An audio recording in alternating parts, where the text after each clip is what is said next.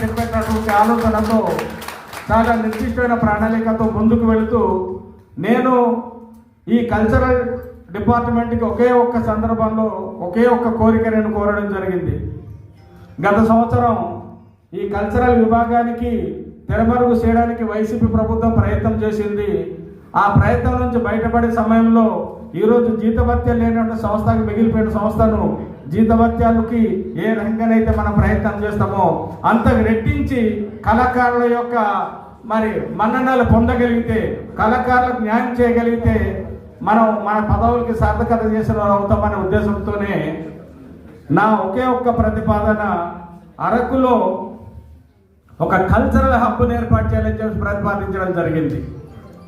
ఆ cultural hub ద్వారా రాష్ట్రంలో ఉండే కళాకారులందరికీ కూడా అక్కడ శిక్షణ కార్యక్రమాలు కొనసాగించడం, ఆ శిక్షణ కార్యక్రమాల ద్వారా వాళ్ళకి ఉపాధి అవకాశాలు మెరుగుపరచడానికి కావాల్సిన ఆలోచనలకి మనం శ్రీకారం చుట్టడం, చిన్న సినిమాలు తీసేవాళ్ళు అక్కడికి వస్తే ఆ సినిమాలకి కావాల్సిన కళాకారులందరినీ కూడా ఆ కల్చరల్ హబ్ నుంచే అందుబాటులో ఉండేటట్టు ఆలోచన చేసి మరి ఇలాంటి కళాకారులందరికీ కూడా ఉపాధి అవకాశాలు సైతం కల్పించడానికి ఒక నిర్దిష్టమైన ఆలోచనతో ఒక కల్చరల్ హబ్ ఏర్పాటు చేస్తే బాగుంటుందని చెప్పేసి ప్రతిపాదన చేశాను.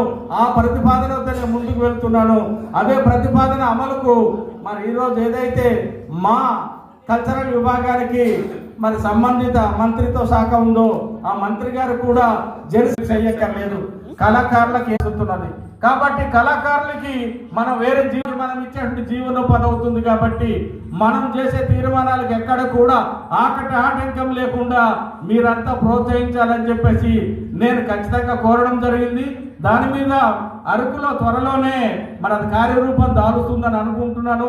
కల్చరల్ హబ్ ఏర్పాటు చేయడానికి ఒకటి ఆలోచన చేస్తా ఉన్నాం.